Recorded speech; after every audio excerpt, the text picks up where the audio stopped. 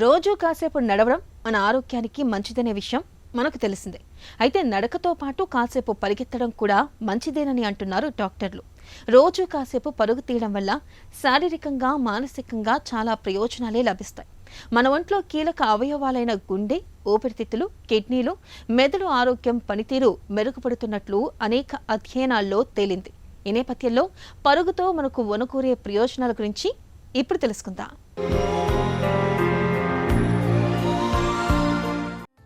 రోజూ కాసేపు పరిగెత్తటం మన శరీరానికి ఒక మంచి వ్యాయామం. వేగంగా పరిగెత్తినా, నెమ్మదిగా పరిగెత్తినా మనకు బోలెడని లాభాలు అందుతాయి. రోజుకు కనీసం 10 నిమిషాలు పరిగెత్తినా శారీరక, మానసిక ఆరోగ్యం పుంజుకుంటాయి. పరిగెత్తడం వల్ల గుండె, ఊపిరితిత్తులు వేగంగా పనిచేస్తాయి. రక్త ప్రసరణ, రక్తనాళాల పనితీరు పుంజుకుంటుంది.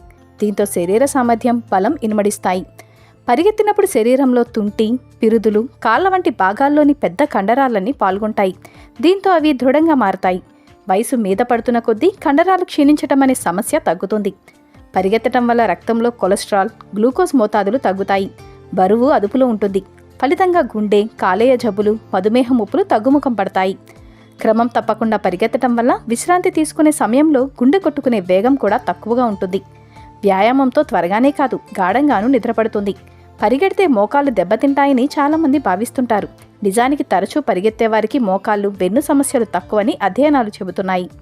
మామూలుగా పరిగెత్తేవారితో పోలిస్తే మారథాన్ క్రీడాకారులకు కీళ్లు అరిగే ముప్పు సుమారు 50% తక్కువని ఒక అధ్యయనంలో వెల్లడైంది. పరుగు వంటి వ్యాయామంతో జ్ఞాపక శక్తి కూడా మెరుగుపడుతుంది. పరిగెత్తటం వంటి వ్యాయామాలతో ఆనందం, సంతోషం కలిగించే ఎండార్ఫిన్లు విడుదలవుతాయి. ఇవి మానసిక ధోరణిని, ఏకాగ్రతను, ఆరోగ్యంగా ఉన్నామనే భావనను పెంపొందిస్తాయి. రోజుకు కేవలం 15 నిమిషాలు పరిగెత్తినా కుంగుబాటు ముప్పు సుమారు 26% తగ్గుతున్నట్టు ఒక అధ్యయనం చెబుతోంది. ఇప్పటికే ఉన్న కుంగుబాటు, ఆందోళన లక్షణాలు తగ్గుముఖం పడతాయి. ఆరుబయట పరిగెత్తితే ఇంకా మంచిది.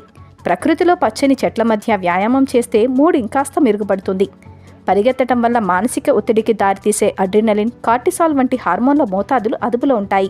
దీంతో బాధ, విచారం తగ్గుతాయి. పరిగెత్తటం ఆరంభించేవారు ముందు నెమ్మదిగా మొదలెట్టాలి. వేగం, దూరం కన్నా ఆనందిస్తూ పరిగెత్తటం ముఖ్యం. పురోగతి సాధిస్తున్న కొద్దీ సమయం పెంచుకోవాలి. రోజులో ఏ సమయం అనువైందో గుర్తించాలి. కాసేపు పరుగు, కాసేపు నడక, ఇలా మార్చి కొనసాగించాలి. ఇతర రకాల వ్యాయామాలతో పాటు పరిగెత్తటం సాధన చేయాలి. స్నేహితులతో కలిసి పరిగెడితే మధ్యలో మానేయకుండా చూసుకోవచ్చు. ఫోన్లో రన్నింగ్ యాప్ను ఇన్స్టాల్ చేసుకొని ఎలా పురోగతి సాధిస్తున్నారో గమనించుకోవచ్చు.